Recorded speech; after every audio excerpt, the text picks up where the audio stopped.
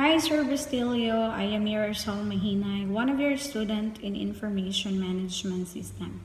So today I will be going to create a 10-minute video highlighting the digital safety and security and its activity and the technology impact that affects the organization or department.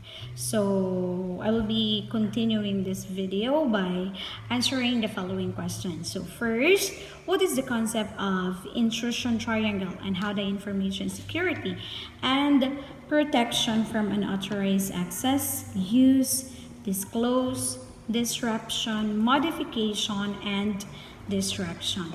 So the CIA triad is used as the basis for all information security and cybersecurity frameworks which use as our guide. So we use the CIA triad as a guide for implementing security practices, controls, and standard. So the triad is not specific to an industry, hindi lang isa, or sector, but includes all information. Whenever the data is created, transmitted, used, and reused. So the triad plays a role. So CIA stands for confidentiality, integrity, and accountability. So confidentiality, so these aspects of information security ensures the sensitive information is not disclosed to an authorized individual or system. Dapat yung mga authorized person lang yung nakaka-access. Second, the integrity. So this component ensure that data is authentic, totoo, accurate, and reliable. So it is not been tampered or altered. So next is, the last one is availability. So this ensure that information is constantly and readily accessible and available for authorized parties only. Okay, so that's it. Next, what is the relationship and interaction of each digital safety and security, the information management system? So give at least 10 security terminology. Okay, first is botnet. When we say botnet, it is the software application of script that performs the task on command, allowing an attacker to take complete control remotely to an affected computer. Next is breach. So a hacker successfully exploits a vulnerability in a computer or device and gains access to its files and network. Third, cloud. So when we say cloud, technology that allows us to access our files or service through the internet from anywhere in the world. Okay. Fourth, the DDoS. So an acronym that stands for Distributed Denial of Service, a form of cyber attack. So this attack aims to make a service such as website usable by flooding it with malicious traffic or traffic data. So next, the white hat and the black hat. So when we say white hat, it is the breaches, the network to gain sensitive information with the owner's consent, making it completely legal. This method is usually employed to test infrastructure vulnerabilities. So just like as employees, there are some employer who gathered information about us. So they commonly use the Google form to fill up our information. So that's the sample of white hat.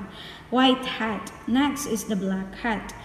The black hat is hackers break into the network to steal information that will be used to harm the owner or the user without consent. So it's entirely illegal.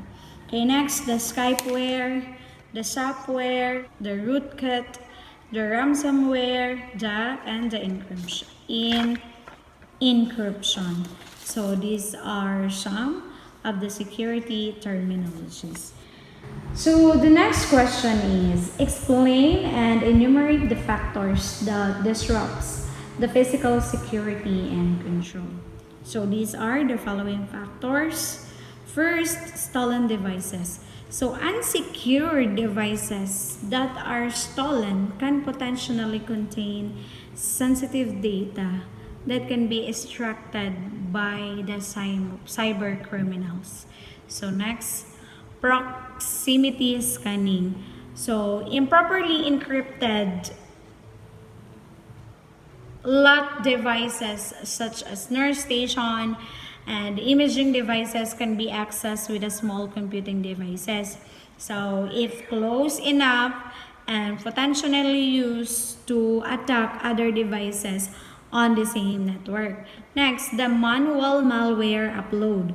So physically accessible system can be easily infected with malware via USB or optical disc. And the last one, the physical destruction. So the physical destruction, it is a malicious outsiders, disgruntled employees or environmental factors can damage accessible equipment, risking data loss and disruption operations. The fourth and the last questions are, describe the concepts in preventing accidental compromise of data and explain how to avoid accident in compromised data. So the concept in preventing accidental compromised data is that data security is the process of protecting corporate data and preventing data loss through unauthorized access. So this includes protecting your data from the attacks that can encrypt or destroy the data, such as ransomware, as well as attacks that can modify or corrupt your data.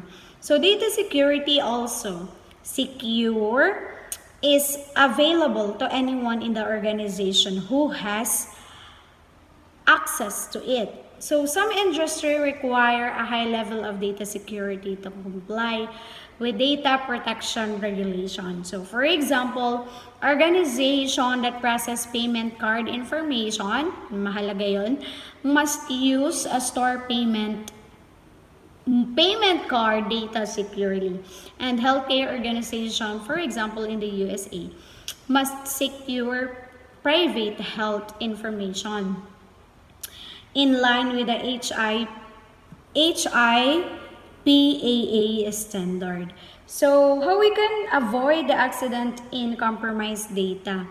So management controls are intended to guide operations in proper directions, prevent or detect mischief and harmful mistakes, and give early warning of vulnerabilities.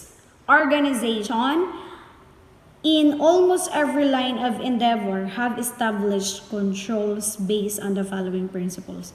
So we can avoid this, or we can prevent breaches of security. The first is individual accountability. We will talk this one later. Next, auditing, and the last is separation of duty. Okay, so the principles organized in some form of centuries are the basis of pre-computer operating procedures that are very well understood. So let's now proceed to individual activity. When we say individual activity answers the questions. Who is responsible for this statement or action? Its purpose to keep track of what has happened, of who has had address or access to inform and resources, and what action has been taken. So in a real system, there are many reasons why actual operation may not always reflect the original intention of the owner. People make mistakes. The system has error. The system is vulnerable to certain attacks. the broad policy was not translated correctly into detailed specification, the owner changed their minds, and so on.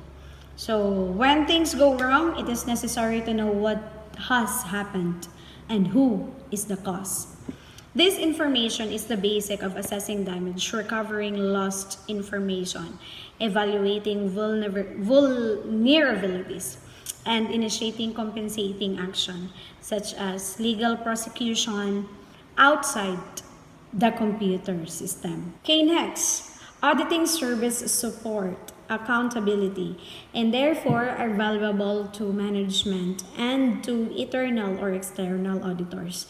Given the reality that every computer system can be compromised from within, so in that many system can also be compromised if superstitious access can be gained. Accountability is vital last resort. So auditing services can make and keep the records necessary to support accountability. The last is separation of duty is an example of a broader class of controls that attempt to specify who is trusted for the given purpose.